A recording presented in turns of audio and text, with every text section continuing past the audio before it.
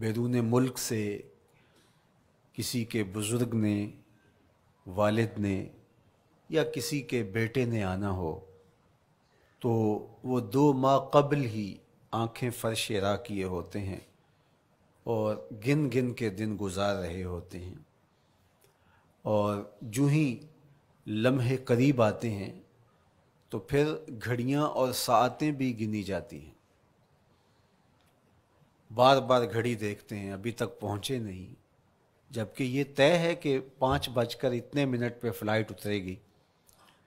تو مطلب اس کا یہ ہے کہ جب سینے میں کسی کا انتظار رکھا ہوا ہو تو ان کے لیے پھر سارے کام مؤخر کر کے ان کے استقبال کیے جاتے ہیں۔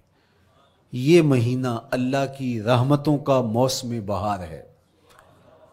چھم چھم رحمتیں برستی ہیں،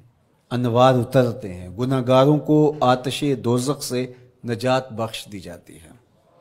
تو اس کا استقبال کرنا، اس کے لیے انتظار کرنا، گن گن کے دن گزارنا، لمحے اور ساعتیں بسر کرتے ہوئے بار بار ماہ سیام کا ذکر کرنا، یہ اس مہینے کے ساتھ محبت کی دلیل ہے، اور اس مہینے کے ساتھ محبت اللہ سے محبت کی دلیل ہے۔ اس لیے اس مہینے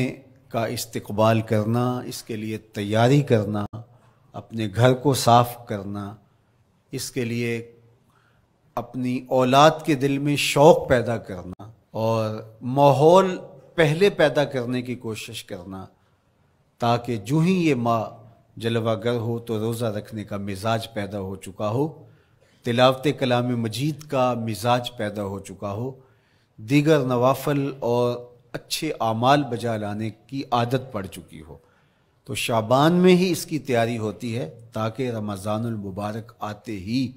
ہم پوری طرح سے مستعد اور فعال ہو کر کے اس مہینے کی برکتوں کو سمیٹ لیں۔ اللہ کے محبوب علیہ السلام نے ارشاد فرمایا کہ جب ماہ سیام آتا ہے فتحت ابواب الجنہ، تو جنت کے 8 دروازے کھول دیے جاتے ہیں، اور جنت کے 8 دروازوں میں سے ایک دروازے کا نام باب الریان رکھا گیا ہے، جو صرف روزہ داروں کے اعزاز و تکریم کے لیے ہے۔ روزہ دار اس دروازے سے گزر کے جنت جائیں گے۔ حضرت سیدنا سلمان فارسی رضی اللہ تعالی عنہ فرماتے ہیں کہ تو رمضان المبارک سے قبل حضور نے یہ خطبہ ارشاد کیا، یا ایھا الناس، اے لوگو، قد اظلکم شہر عظیم، اللہ نے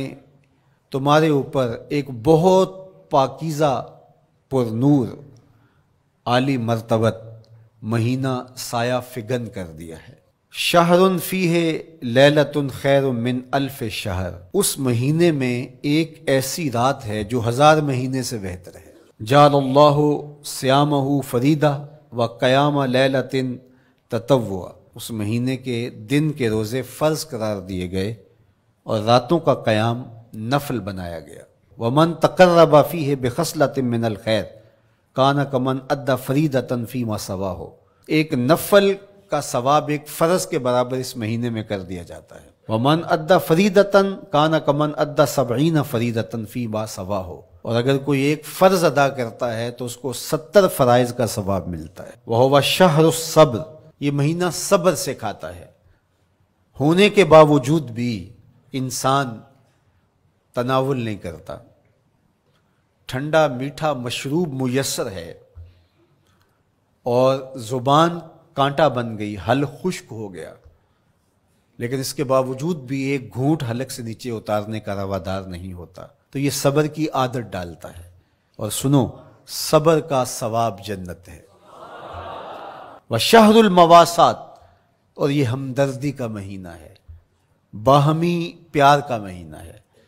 الفتیں بانٹنے کا مہینہ ہے، نرم دلی کا مہینہ ہے، ایک دوسرے کے احساس کا مہینہ ہے۔ جب کوئی شخص بھوک اور پیاس کاٹتا ہے تو اس کو پھر محسوس ہوتا ہے، بالخصوص امراء، کہ بھوک کیا بلا ہوتی ہے، اور جو نان شبینہ کو ترستے ہیں اور جنہیں کھانا میسر نہیں آتا ان کی زندگیاں کتنی تلخ ہوتی ہیں۔ تو بھوک اور پیاس احساس پیدا کرتی ہے، وَشَهْرٌ يُزَادُ فِيهِ رِزْقُ الْمُؤْمِنِ، اور یہ ایسا مبارک مہینہ ہے جس میں مومن کا رزق بڑھا دیا جاتا ہے، غرباء تک بھی اللہ کی نعمتیں وہ پہنچتی ہیں جو عام دنوں میں ان کو میسر نہیں ہوتی، اور امراء بھی نعمتوں کا لطف لیتے ہیں، اس لیے کہ بھوک کاٹنے کے بعد جب ان کو نعمت میسر آتی ہے تو پھر انہیں احساس ہوتا ہے۔ وَمَنْ فَطَّرَ فِيهِ صَائِمًا كَانَ مَغْفِرَةً لِذُنُوبِهِ، جس نے روزہ دار کا روزہ افطار کروایا، یہ افطاری گناہوں کی مغفرت اور آتش دوزخ سے گردن کی آزادی کا مجدہ جاں فضا بن جائے گا۔ وَقَانَ لَهُ مِثْلُ أَجْرِهِ مِنْ غَيْرِ أَنْ يَنْقُصَ مِنْ أَجْرِهِ شَيْءٌ، اور روزہ افطار کروانے والے کو روزہ رکھنے والے جتنا اجر ہی دیا جائے گا، لیکن روزہ رکھنے والے کے اجر میں بھی کوئی کمی نہیں واقع ہوگی۔ تو صحابہ کا تو دل تڑپنے لگا کہ یہ کتنی بڑی بات ہے۔ انہوں نے کہا اے اللہ کے پیارے رسول صلی اللہ علیہ وسلم، ہم میں سے تو ہر بندہ یہ طاقت نہیں رکھتا کہ روزہ دار کو روزہ افطار کروا دے، تو یہ تو پھر اہل زر ہی یہ سعادت حاصل کر پاتے ہیں۔ حضور نے ارشاد فرمایا یؤتی اللہ ھذا الثواب، یہ ثواب اللہ اسے شخص کو بھی عطا کرے گا۔ من فطر صائما علی مزقۃ لبن او تمرۃ او شربۃ من ماء، جس نے کسی کا روزہ ایک گھونٹ دودھ سے کھلوا دیا یا ایک کھجور سے کھلوا دیا یا پانی کے ایک گھونٹ سے اس کا روزہ افطار کروا دیا۔ ومن اشبع صائما، اور جس نے صحیح اہتمام کے ساتھ روزے دار کو اچھا کھانا کھلایا، اچھی پرتکلف افطاری دی، سقاہ اللہ من الحوض شربتا لا یظمأ حتی یدخل الجنہ، اس کو حوض کوثر سے ایسا جام ملے گا 50,000 سال کے دن میں اس کو دوبارہ پیاس نہیں لگے گی، یہاں تک کہ جنت میں چلا جائے گا۔ فرمایا وَهُوَ شَهْرٌ أَوَّلُهُ رَحْمَةٌ، یہ وہ مہینہ ہے جس کے پہلے 10 دن رحمت ہیں، اور اس کا درمیانی عشرہ اوسطہ وہ مغفرت ہے، وآخرہ عتق من النار، اور اس کا آخری عشرہ جو ہے وہ آتش دوزخ سے نجات کا ضامن ہے۔ کہا کہ 4 کام اس مہینے میں کثرت کے ساتھ کرو، وہ 2 خصلتیں، 2 کام جن کے ذریعے سے تم اپنے رب کو راضی کر سکو۔ فشہادۃ اللہ الہ الا اللہ، وہ گواہی دینا ہے لا الہ الا اللہ، وتستغفرونہ،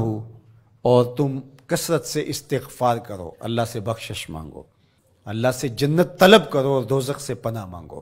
تو یہ کام جو تمہاری ضرورت ہے تم اس مہینے میں کثرت کے ساتھ کرو۔